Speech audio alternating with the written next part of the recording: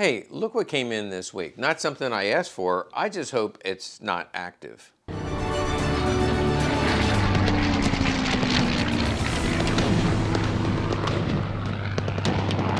So last week I did a video on the Barrett sniper rifle, and I started off by saying it's not something I've ever looked at or considered buying. It showed up here one day. This is in the same category. This is I've go to gun shows and you see them laying on the table. I didn't even bother looking at them. First of all, there's a lot of repros, a ton of repros, and when I got this one, I wasn't sure if it was repro or not, but that forced me to go study them.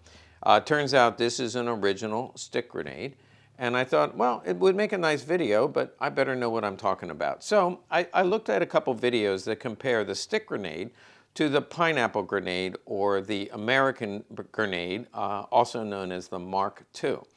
Now, here's a picture of one, and there's a drawing of how they work. There's this lever, which is like the safety lever. You pull the pin, lever pops open, and that starts the fuse. And then you have about 5 seconds before the grenade goes off. Now, when you hold these two side by side, you can see that the pineapple grenade, or the Mark II, is very different looking than this stick grenade. The most obvious is the stick.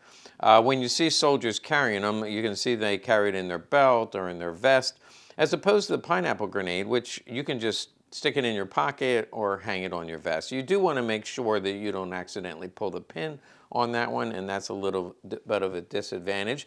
However, pulling the pin on this one is actually more like just pulling the string. So the bottom unscrews, very simple. And this little, it's like a piece of porcelain, pops out, and it's just a string.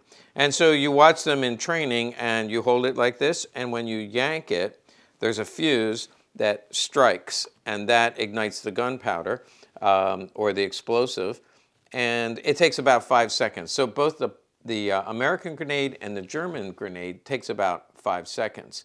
Now, the other difference that you'll notice, the pineapple grenade has a very thick metal exterior, making it pretty heavy. But when the shrapnel is shredded, there's a lot more pieces of heavy shrapnel that are exploded. So it is actually more effective when you go into a group of men and the shrapnel will hit, as you know, the shrapnel goes out and will hit a lot of people. This is just a little piece of tin, so it has far less shrapnel. It makes it less lethal, but what helps it is it has more explosive charge. So let me say that a little more succinctly. This has more explosive power, and the pineapple grenade, while it has less explosive powder, has more shrapnel. One of the things the Germans did, and I dug into it a little deeper, they actually had a shroud that they put over this to add the shrapnel. But for the most part, this is what they would toss. And there's one other picture of where they tie this piece, 6 of them, all together, where they get a really high explosion. And that was for like taking out a tank or something like that. Just for the heck of it, I'll unscrew it, although there's not much to see. But the 5-second fuse comes up through here. After you strike it, it ignites, and then the fuse comes up, and then that's the explosive charge would be in here. Also, you'll see these dated 540, so that's from 1940. You do see a Waffen proof. There's also a date here when I think that was the final proof was on 1040. This is also marked, and this is 1040. So basically, October of 1940, this was all put together and issued to the German army. Now, the other people who used it, I saw that the Germans exported it to the Finns. The Finnish army used these to fight their common enemy, which would have been the Russians. And then, lo and behold, they sent some to China, and China, big surprise, replicated them and produced them on their own. So there are other armies that use these. One more thing about the stick grenade that I wanted to mention is, on average, you can throw these further. That was counterintuitive to me. When I look at the grenade, I think it's got a nice feel to it, get a good, nice long throw to it. But in fact, what's been proven over time is that these actually can be thrown farther. When they hit the ground, they tend to stay put. which gives you a little extra second of time to pick it up and throw it, whereas the grenade, they said they would throw it with a spin, it would hit the ground, and when you tried to pick it up, it was a little bit harder, so that made it a little more effective. Now, one other grenade I wanted to show you that most of you have not seen, I showed it in another video. These were made for the OSS.